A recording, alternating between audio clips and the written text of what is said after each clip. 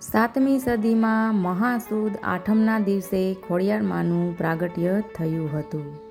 જય માતાજી મિત્રો, ખોડિયાર માતાના પ્રાગટ્ય પાછળ ઘણી લોકકથાઓ છે. તો આવો જાણીએ તેમનું પ્રાગટ્ય કેવી રીતે થયું અને તેમનું નામ જાનબાઈમાંથી ખોડિયાર કેવી રીતે પડ્યું. ભાવનગરના બોટાદ તાલુકાના રોહિસાડા ગામે મામડિયા નામે એક ચારણ રહેતા હતા.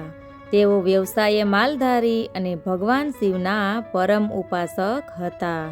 તેમના પત્ની દેવળબા પણ ખૂબ જ માયાળુ અને ઈશ્વરની ભક્તિમાં લીન રહેવાવાળા હતા. તેઓ માલધારી હોવાથી ઘરે દૂજાણાને લીધે લક્ષ્મીનો પાર નહોતો, પણ ખોળાનો ખૂંદનાર એક પણ નહોતો. દેવળબાને આ દુઃખ ખૂબ જ સાલ્યા કરતું. મામડિયા અને દેવળબા બંને ઉદાર, માયાળુ અને પરગજુ હતા. તેમના આંગણે આવેલા કોઈ પણ દિવસ ખાલી હાથે કે ભૂખ્યા પેટે પાછા ન જાય, એવો આ દંપતીનો વણલખ્યો નિયમ હતો. તે સમયે ભાવનગરના વલ્લભીપુરમાં શિલાદિત્ય નામનો રાજા રાજ કરતો હતો, જેને મામડિયા ચારણ સાથે ગાઢ મિત્રાચારી હતી. મામડિયા ચારણ ન આવે ત્યાં સુધી શિલાદિત્યને દરબારમાં જાણે કંઈક ખૂટતું હોય એવું લાગતું. વલ્લભીપુરના રાજવી શિલાદિત્યના દરબારમાં કેટલાક ઈર્ષાળુ લોકો પણ રહેતા. તેમને રાજા અને મામડિયા વચ્ચેની મૈત્રી આંખમાં કણાની જેમ ખૂંચતી હતી. એક દિવસ રાજાના મનમાં બહુ ચાલાકીપૂર્વક એવું ઠસાવવામાં આવ્યું કે મામડિયો તો નિસંતાન છે, તેનું મોં જોવાથી અપશુકન થાય છે, જેથી ભવિષ્યમાં આપણું રાજ પણ ચાલ્યું જશે. પછી એક દિવસ મામડિયા પોતાના નિત્યક્રમ પતાવી પ્રભાતના પહોરમાં રાજમહેલે આવીને ઊભા રહે છે. રાજવીના મનમાં આવા વિચારોમાં રેડેલું ઝેર ઘુમરાતું હતું. કંઈ બોલ્યા ચાલ્યા વગર એક જ વાક્યમાં મિત્રતા હવે આપણી પૂરી થઈ ગઈ તેમ કહી દીધું. શિલાદિત્ય પોતાના મહાલયમાં ચાલ્યા જાય છે. ત્યારબાદ રાજાના વર્તનો, મૂળ હેતુ લોકો પાસેથી જાણીને મામડિયાને ખૂબ જ દુઃખ થાય છે. આમ મામડિયાને જે લોકો સામે મળતા હતા તે વાંજિયા મેણા મારવા લાગ્યા. તેનાથી મામડિયો ખૂબ જ દુઃખી થઈ ગયો અને તે વલ્લભીપુરથી પોતાના ગામ આવી પત્નીને રાજા સાથે થયેલી બધી જ વાત માંડીને કરવા લાગ્યો. આમ બંને પતિ પત્નીને ખૂબ જ ઊંડે સુધી લાગી આવ્યું. ખૂબ જ દુઃખ થયું. મામડિયાને તો જિંદગી હવે ઝેર જેવી લાગવા માંડી.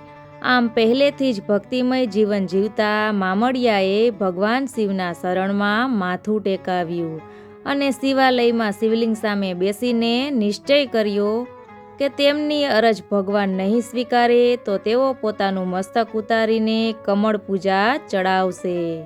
મામડિયો ભગવાનની આરાધના કરવા લાગ્યો.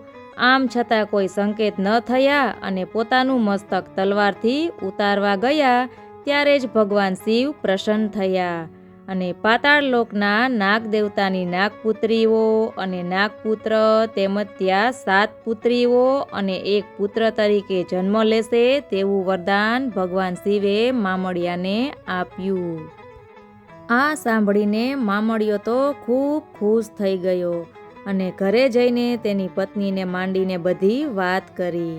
તેની પત્નીએ ભગવાન શિવના કહેવા મુજબ મહાસુદ આઠમના દિવસે 8 ખાલી પારણા રાખી દીધા, જેમાં 7 નાગણીઓ અને 1 નાગ આવી ગયા, જે તરત જ મનુષ્યના બાળ રૂપે પ્રગટ થઈ ગયા.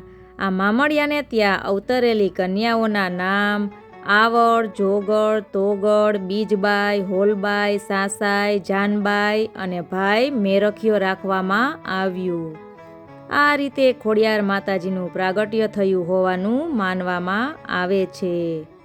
ખોડિયાર માતાનું નામ પાડવા પાછળની કથા એવી પણ જાણવા મળે છે કે એક વખત મામડિયા ચારણના સૌથી નાના સંતાન મેરખિયાને ઝેરી સાપે દંખ દીધો હતો અને પછી આ વાત મળતા જ તેના માતા પિતા અને 7 બહેનોના જીવ અધર થઈ ગયા હતા. આ ઝેરને કેમ ઉતારવું તેનો કોઈ ઉપાય વિચારવા લાગ્યા. તેવામાં કોઈએ એક ઉપાય બતાવ્યો કે પાતાળ લોકમાં નાગરાજા પાસેથી અમૃતનો કુંભ સૂર્ય ઉગે તે પહેલાં લાવવામાં આવે તો મેરોખ્યાનો જીવ બચે એમ છે. આ વાતની જાણ થતાં જ બહેનોમાં સૌથી નાના એવા જાનબાઈ પાતાળમાં કુંભ લેવા જાય છે. તેઓ જ્યારે કુંભ લઈને બહાર આવતા હતા ત્યારે આવતી વેળાએ તેમના પગમાં ઠેંસ લાગી અને તેમને ચાલવામાં તકલીફ પડતી હતી.